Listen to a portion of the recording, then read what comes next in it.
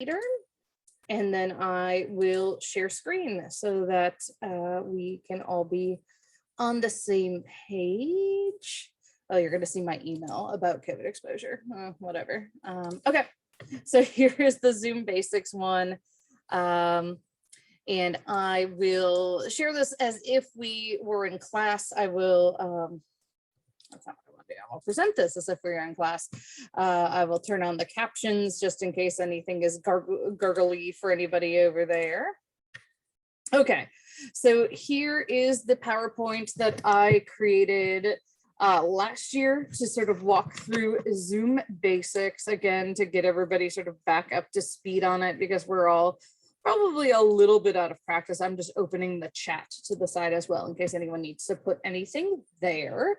And when I made this PowerPoint, I did not have anyone else around that I could Zoom with. So there's some great screenshots of me talking to myself like this. That's so flattering, you know. But, you know, essentially here is what it looks like when you're on here. You can toggle at the top whether you are in gallery view on the sidebar or whether you only see the speaker, which is currently me. And you will see a whole host of things down here. You can open the chat. If you want to see who else is around, you can open the participants. Looks like you've all figured out to mute yourself. Appreciate that. Helps with feedback, you know, those high squeaky sounds and echoings. And then you can adjust your camera settings here. At least the most recent version of Zoom does have a cool background option. Let me show you real quick. Where instead of having like a normal virtual background, you can just blur what's behind you. So if you want to do that, feel free if your camera's on. So, yep, unmute, turning your video on and off. This will show you, again, the list of participants, and there is the chat function. Just make sure your microphone and speakers are the ones that are actually working. And go from there. And again, you can choose your virtual background, or it has silly filters as well. You know, if you are on your laptop or phone and there are multiple cameras, you might need to tell it which camera to use. So here's, again, the virtual backgrounds, what those look like. To mute yourself, you can either right click on your photo if you're on a PC, or click the three dots in the upper right hand corner of your photo if you, or your little video screen, as you hover, and that will get you to where you can mute, unmute, and you can also rename yourself there. So if you want to add your pronouns, you can. If your Zoom name comes up something that's not your preferred name, you know, feel free to change it. Alrighty. So this just shows you what it looks like with the participant screen up. On the participant screen, you can raise your hand. One I've found sometimes works better is honestly just you all like typing in the chat, I have something to say, and then I can call on you. That's fine too. But there are other things up here as well, like a thumbs up and a thumbs down. And again, you can do the Zoom chat. This is me talking to myself. This is like so cringe a year later, but you know what? I did what I had to do to make it work.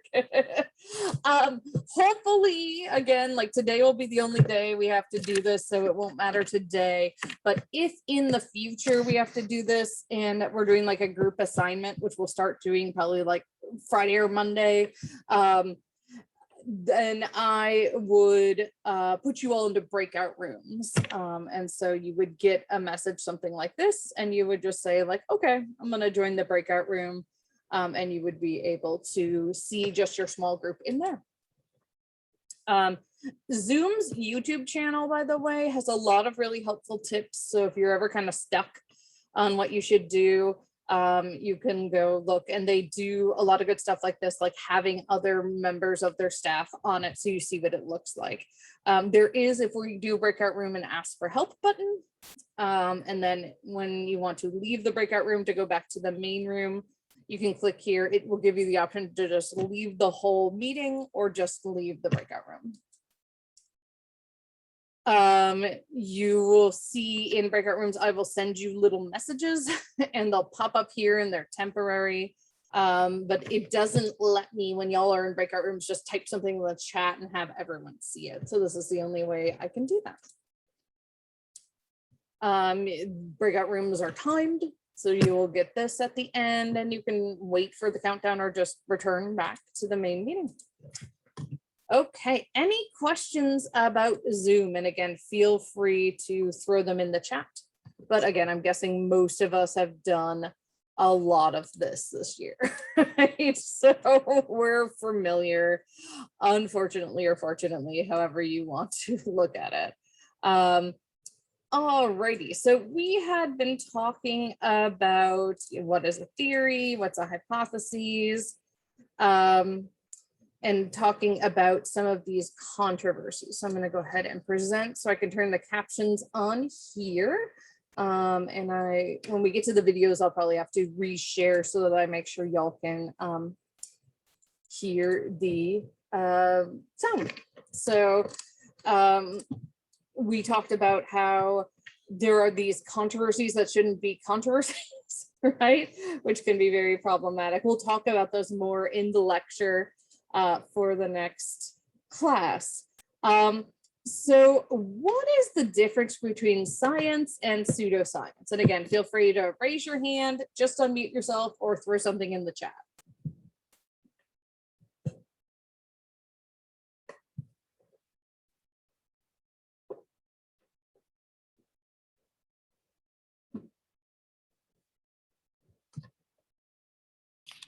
I would say like science is something you can prove, disprove based on facts. Pseudoscience is kind of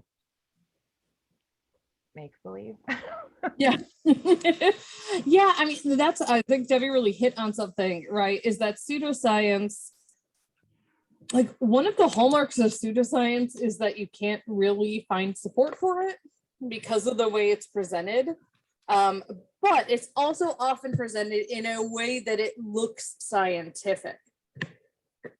So if you are not, scientifically literate, like you all are already, but you're going to become even more so throughout this class, you might think a pseudoscientific article, right, blog post, is as reputable as, say, like a published journal article, right? Science is data driven, so we are going to be collecting data, analyzing data, presenting data. Science tries to be objective. Now, we're going to talk throughout the semester about how that's actually problematic, right? Like, it's not always as objective as we like it to be. Science is verifiable, which means you have to be able to test it. This is the problem not only with what we sort of think of in modern day as pseudoscience, like things like homeopathy, for example, but also with some of the theories in psychology's history. So for example, some of Freud's theories are just not testable. And in fact, most psychoanalysts don't have a problem with that, right? But science does. So, and then as we talked about, we want things to be replicable, but that doesn't always happen, particularly when you're dealing with something complex as humans. Science should also be public, right? But as we talked about on Monday, what is public and how much of it is public, right? And like who gets to access it, right? Who has access to these journal articles, who can afford to pay to access it, is a big piece of that. This is what I think of when I think of pseudoscience, the ancient aliens guy who's just like, I can explain it, therefore aliens, right? I think a lot of people fall into this tendency that essentially, if I can't explain it, then clearly a conspiracy theory must, or something that like can't be verified must. So for that reason, it can be really hard to differentiate pseudoscience from true science, especially if it's wrapped in this presentation that looks scientific, right? Like sometimes these people will claim to have done studies, but they're not like double-blind placebo type studies. It's like they gave it to some people and the people said they felt better. We just talked about science being falsifiable and replicable. Key features of pseudoscience. I mean, pseudoscience is really built for the like Facebook groups, right? Of, you know, it relies entirely on anecdotes. So, well, my friend Bill has a cousin who this happened to, therefore it must be true, right? It, as I just mentioned, if it's unexplainable, therefore aliens, right? That's proof somehow that they're right, rather than being like, maybe we need to explore this more. Pseudoscience tends to have unverifiable claims. It can originate in exotic places, and it's like these cultures knew more than we do. There's often an undertone of racism here of like, look at, you know, this simple thing these simple people did. So you see this in things that claim to come from indigenous peoples, but also perhaps things that claim to come from, say, like Asian cultures, right? We see a lot of the confirmation bias here, only accepting things that conform to your beliefs or confirm them. And they can also use these sort of scientific terms when they really don't apply, right? They'll make it sound sciencey when in fact it's not. So what experiences have you all had related to pseudoscience? What examples can you think of like things in your life you've run into that when you take a step back, you're like, I don't actually think that's science. And again, feel free to use the chat, feel free to unmute, feel free to raise your hand. My uncle is really into like you know, like the national park, like mythical animals or whatever. Ooh. Yeah, he's really into them. And I remember one time we were talking and he was like going off about one of them, and I happened to bring up like a Wendigo, which I guess is a different one. He was like, oh, that's not real. But I love that. It's like everything is kind of like convenient for their theory. Yeah, that's a good example. I have a lot of health problems, and you know, so and so on this Facebook group is like, oh my God, you have to try this random root that came from some country you've never heard of, and it's like a miracle drug. And I mean, just so I've seen a lot of that, and it's all bunk. Yeah.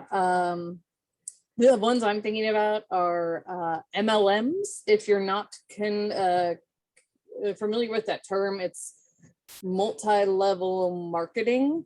It's basically pyramid schemes. It's things like, you know, it started with Tupperware, right? And now it's things like LuLaRoe and all these like detox teas or that crazy wrap thing, right? A lot of those have a pseudoscience behind them, right? That they might not actually be tested in the way that perhaps they should be. And in fact, one of my friends on Facebook, we were talking about a separate issue yesterday, but likened MLMs themselves to how misinformation is spread about things like COVID. And I really liked that analogy, that like the problem with the lack of scientific literacy around some of these major issues is not only do people have these false beliefs, but they take them and they spread them as if they were gospel, right? And then that sort of infects, if we want to use an analogy, other people with this misinformation. And I thought that that was a really good point, that like, this is not innocuous, right? This is problematic. They're convincing people that they have issues. So, you know, based on everything we just said, what are the problems if people accept pseudoscience as valid? They can start to trust that kind of information above reputable and confirmed information, and it can harm a lot of people in the process. Yeah, definitely. I mean, the other thing with pseudoscience, I was kind of thinking as you were talking, Will, is the fact that it's often expensive, right? So if you're doing, you know, one of these MLMs or buying supplements, then you can end up, you know, spending a lot of money on these things that, you know, maybe something your health insurance would have covered, right? Would have fixed for you. Yeah, someone in the chat just said they can taken advantage of, like monetarily, definitely.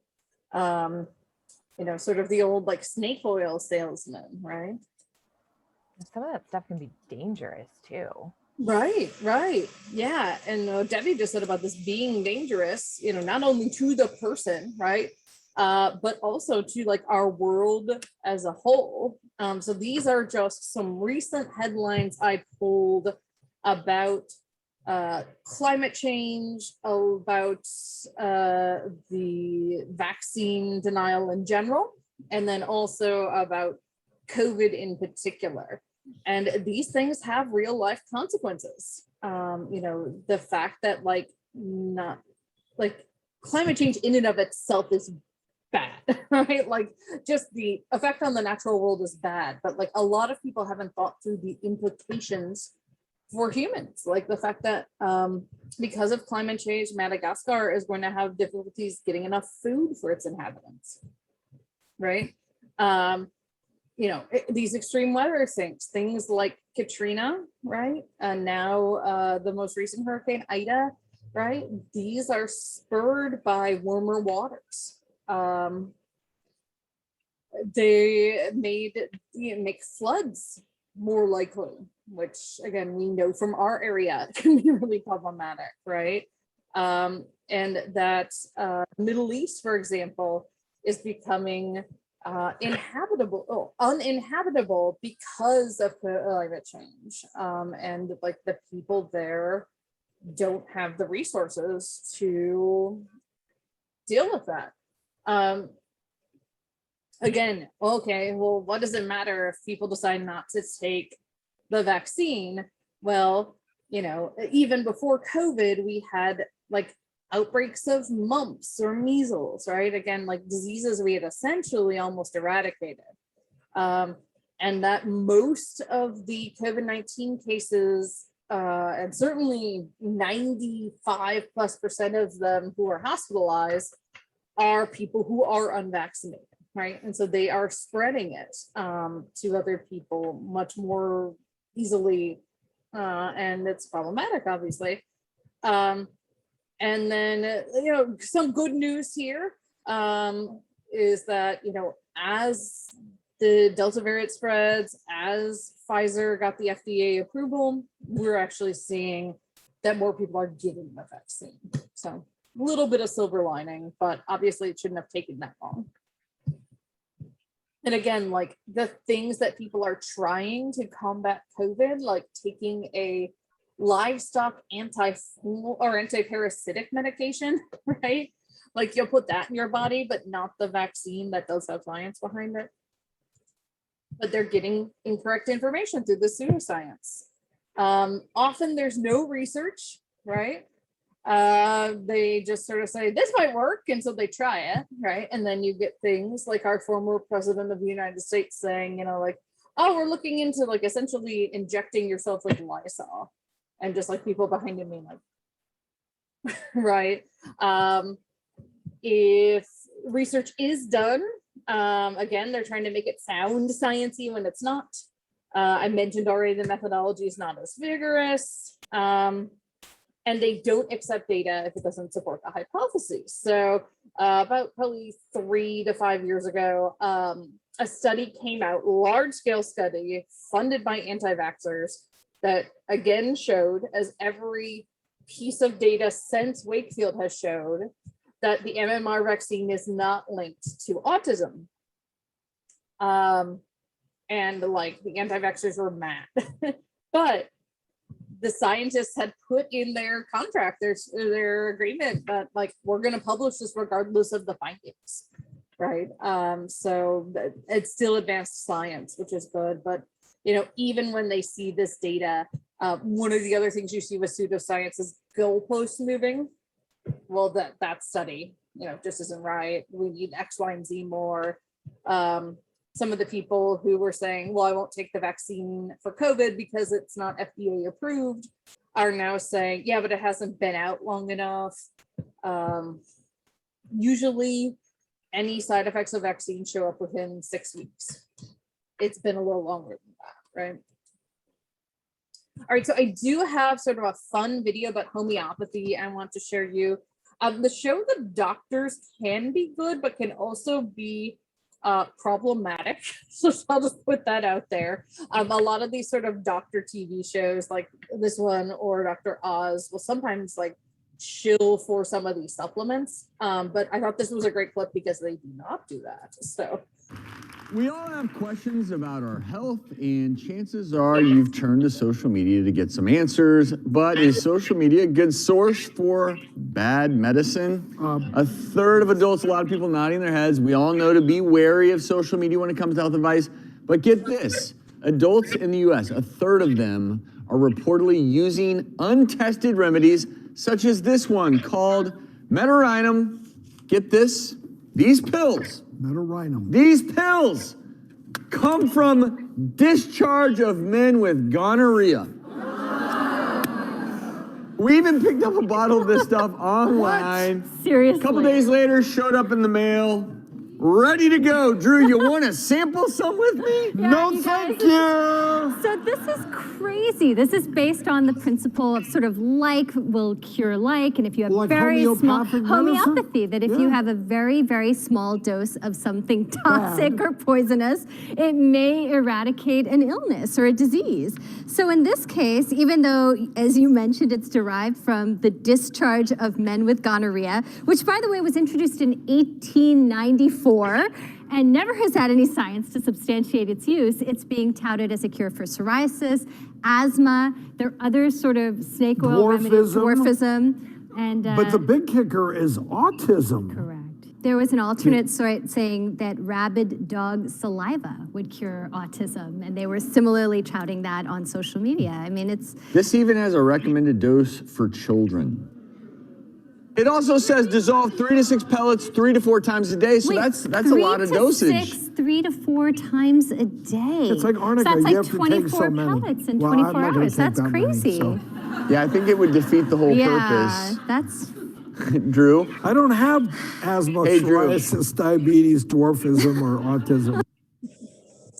So the rest of that clip is just them trying to goad each other into taking it. So I'll stop there. But what are reactions to these sort of absurd types of things that people will buy online and put in their bodies? And again, feel free to unmute, write something in the chat, or raise your hand.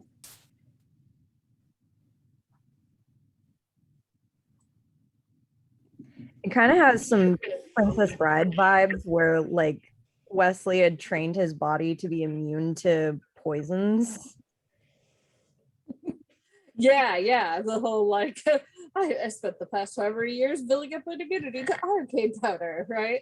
Yeah, which like in that movie is silly sort of fantasy, right? Because he has an answer to like everything that comes his way, right? He fences Inigo Montoya, and even though Inigo Montoya has dedicated his life to being a fencer, somehow Wesley's also better. Yeah, really nice comparison.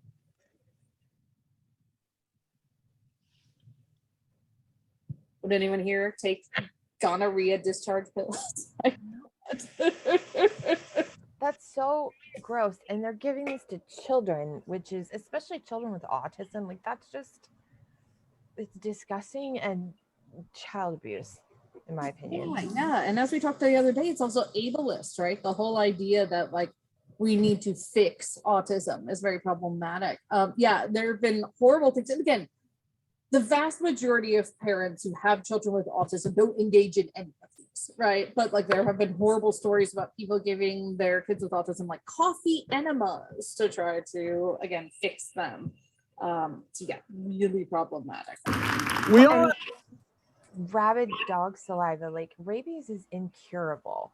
If you give Right. your child rabies, like that's murder. That's ridiculous. Yeah, it's horrifying, right?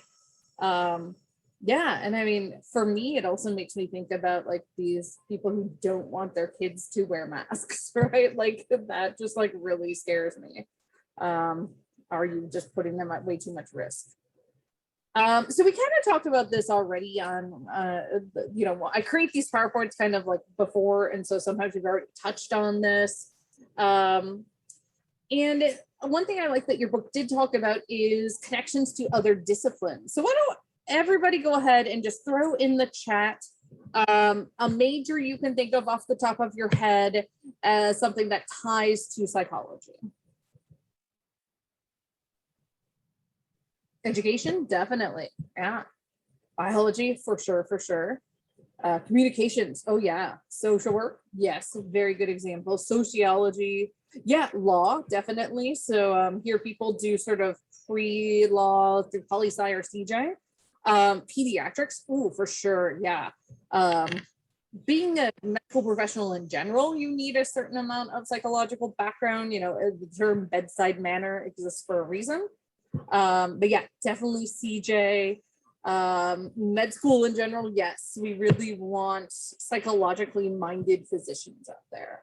It's sort of interesting as someone who, has a PhD in psychology, navigating the medical system, where if I see a new practitioner and they ask what I do, and I say, oh, I teach psychology, their reaction to that is often a very good correlate with their bedside manner, I found. So if they're like, oh my gosh, I loved my psych rotation, I'm really interested in blah, blah, blah, they've often already shown me that they're caring and compassionate people.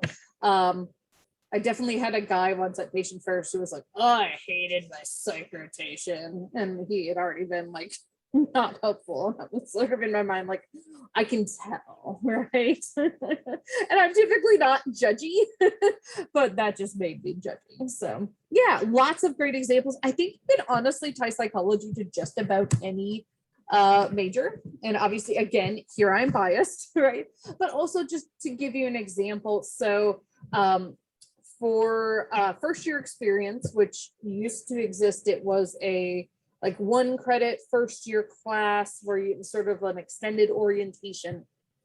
We would have people read a book, often like a novel, and then we'd have an interdisciplinary panel about it during the actual orientation at the beginning of the semester.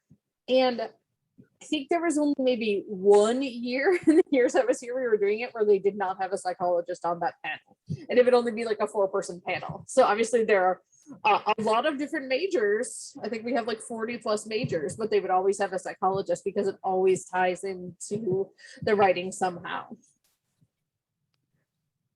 So your book also talks about this. This is the 7 hub sciences. So there is a type of statistical analysis you can do. This is actually getting really popular in my subfield of eating disorders right now, called cluster analysis. And you can use this to model things in different ways. And essentially they did this with the sciences, right? And psychology actually emerged as one of the hub sciences, which kind of surprised people, right? Things like earth science, chemistry, physics. I think we would all be like, of course, right? I think medicine here is essentially capturing biology, math, but then the fact that psychology was there, right? And then they sort of use this overarching term of social science to get at some of the other things that we all have just listed, like communication and law, right? But I thought that that was a really cool finding, that it really shows that psychology is connected to everything else in a really important way. Alrighty, so now I am going to switch over to the one that goes with our readings for today. And I did look at the perusal before everybody got a chance to comment, so I'll certainly go back in. But I am really enjoying figuring out, how I can give you all good feedback on that. So I can like upvote you just like you can upvote each other and whatnot. So it's kind of fun. So I really liked the subheading of this chapter, the idea of separating sense from nonsense, right?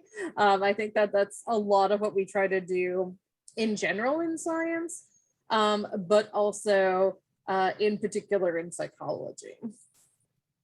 And I am just going to mute real quick while I blow my nose. I think I just have allergies, but this is another reason that I was like, I better get a COVID test. So give me just.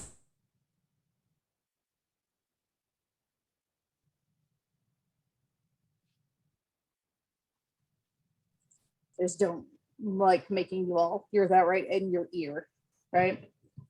Okay, so we talked about this on Monday as well, right? The idea of science literacy versus scientific literacy. And so, again, science literacy is sort of the factoids.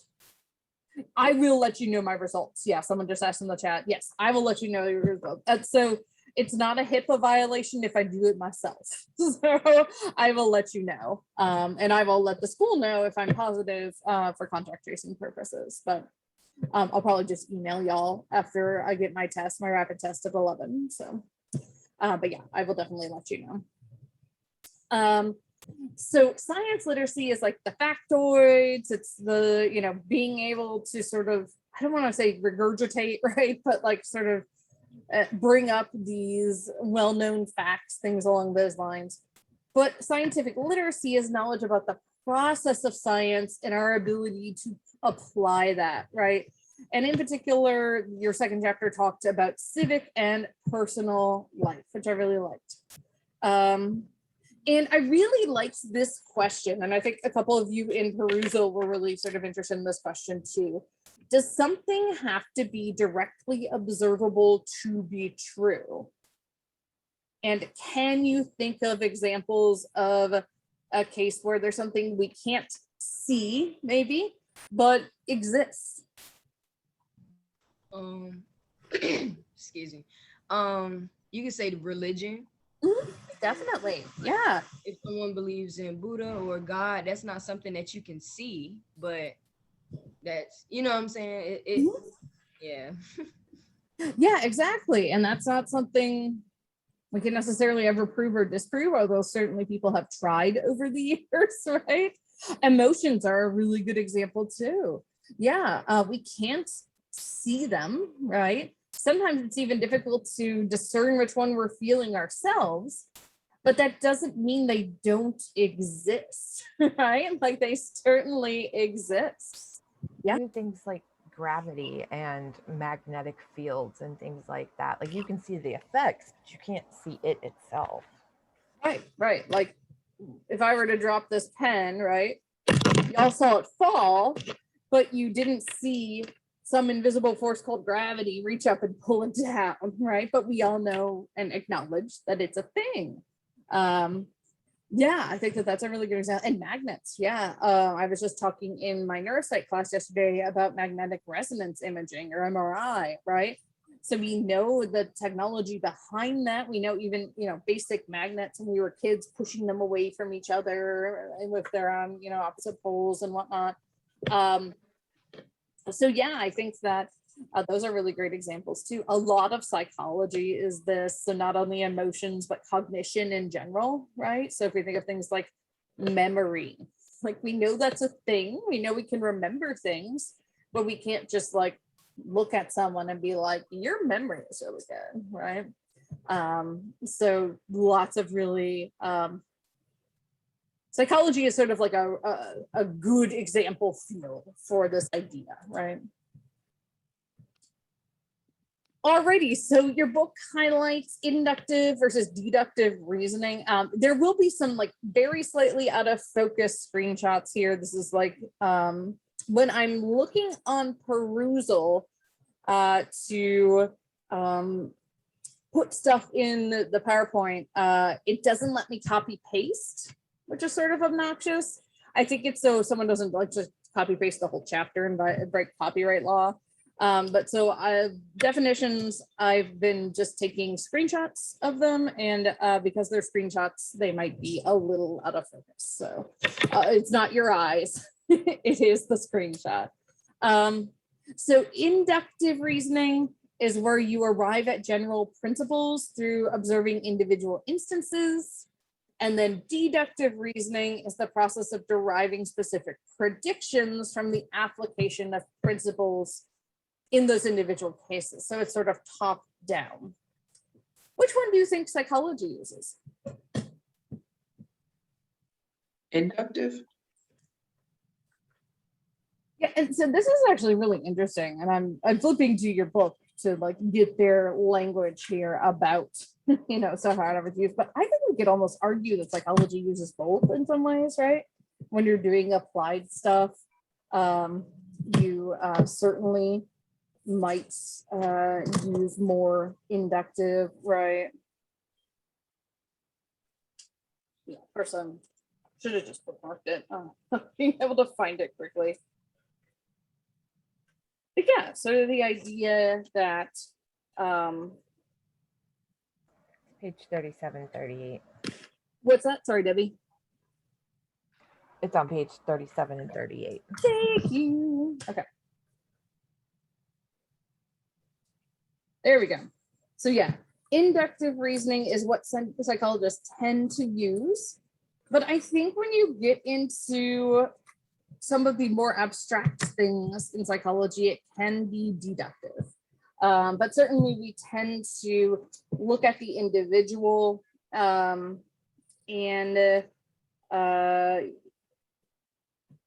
for example, the class I teach after y'all, which some of you are in, is called Assessment of Individual Differences. We really in psychology are kind of, our theories of personality are based off this idea of individual differences. Alrighty, knowledge changes all the time. And can you all think of examples, and again, throw them in the chat if you had to, or unmute, of things that have changed in your lifetime, that like something that you knew to be fact growing up is actually now shown to be not true? This is kind of silly, but I always thought DirecTV had 2 T's in it. And then one day I was like watching the little like screensaver and I realized it didn't. And like, it was insane. Yeah, there's actually a whole thing there called the Mandela effect about that, where like we think things like the authors of the Berenstain Bears, we think they are spelled like bear, but it's actually like the Bernstein Bears, right? Yeah, definitely. Oh, Amani, I like that. History in general. Yeah, we are constantly finding new information and also allowing new information from history to be seen. The best example I could think of as like something concrete recently is if you go near Charlottesville, James Madison's house is there, and it's rather small, especially compared to Monticello, which was Jefferson's house, which was nearby, which is very elaborate. But they're like, oh, he was just very careful with his money and blah, blah, blah. Well, within the last 5 years, they've discovered the foundation of a much larger house, and what they thought was Madison House all along actually turned out to just be his guest house. So like they've been having people, I mean, I paid to tour this house with my family, right? And when I told my parents, because they visited, they were like, lies, we were lied to. And again, if they weren't intentionally lying, they just didn't have the information. Ones I can think of are things like Pluto not being a planet anymore. And again, almost like Aaron's, it's kind of silly because it doesn't really affect my life, but like in some ways I felt like profoundly impacted by, like, what do you mean Pluto's not a planet? A big one in psychology and neuroscience is brain plasticity, right? Yeah, I agree, Oliver. So up until the 90s, we believed that you were born with all the neurons you would ever have and all the connections you would ever have. And so if you got a brain injury, there was just nothing we could do. And in fact, we know now that's just not true. In fact, neurons can sort of make new connections and adapt around damage in the brain. And we are like, especially as we grow up, constantly making new connections within the brain. I mean, quite literally, neurons connecting with each other as we gain knowledge and abilities. So I have a video here about how scientific knowledge improves over time that I will go ahead and pull. Hello, General Biology. In past videos, we have talked. Oh, and one thing I'll just say here real quick is this is like a high school teacher who made it, but I actually thought this was really well put together. So I'm like, good for you. Nice COVID construction. About how observations and prior knowledge are used to make inferences. And we've also talked about how inferences can become scientific knowledge. Well, there's another aspect of scientific knowledge, and that is scientific knowledge improves over time. And there's a cycle of things that change so that that can happen. So let's get to an example. First, we're going to talk about a type of scientific knowledge called optics. This is about light and lenses and how light bends and moves and how we can use that bending of light to help us see things. So we had the scientific knowledge of optics, and with optics, we were able to make new technologies. Now, a technology is a tool used to make something easier or something, or to solve a problem. So let's take a look at some examples. Eyeglasses uses the science of optics to solve the problems of helping people see. And camera lenses use optics to help capture an image. And telescopes use optics to help see things that are far away. So now we've used our scientific knowledge to make these technologies that help solve problems. But the story doesn't stop there. Some of these technologies help us improve our observations, like the telescope does. We can make certain observations without a telescope, but we can make better observations with a telescope. And that has consequences. If our observations improve, our inferences improve. If our inferences improve, our scientific knowledge might improve. So let's look at some examples of that. There was a time when humans believed that everything that was in the sky was a perfectly smooth circle, a perfect sphere. And the telescope allowed us to improve our inferences. We could see that the surface of the moon. So that gets at the gist of what I wanted you all to see from that. But even something, again, that we think of as a pretty hard science, right? Like astronomy. As we improve technology, we get new knowledge. And I believe your book even mentions that like there have been times where they think there are planets, places, but there are not. Right? Like it's just sort of as their technology gets better, they realize that where they inferred a planet might actually be just sort of a blip in their data. Hello, General Biology.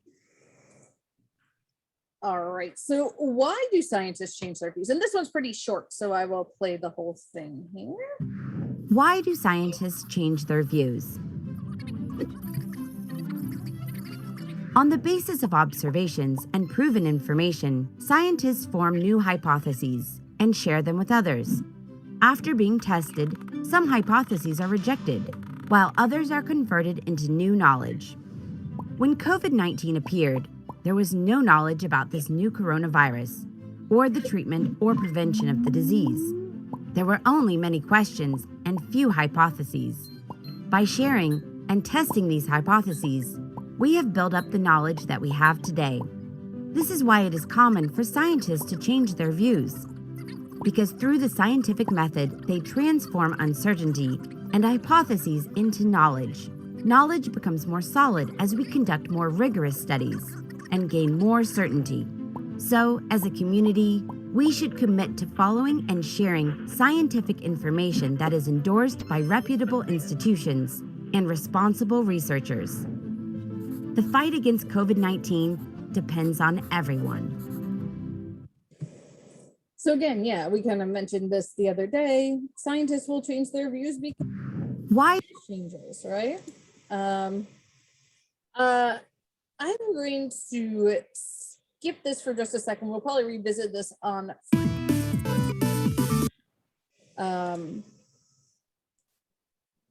but just some things to think about. I'm going to skip forward. I'm not going to be able to find the slide, so let me just say what I was trying to find. We'll go over all this on Friday.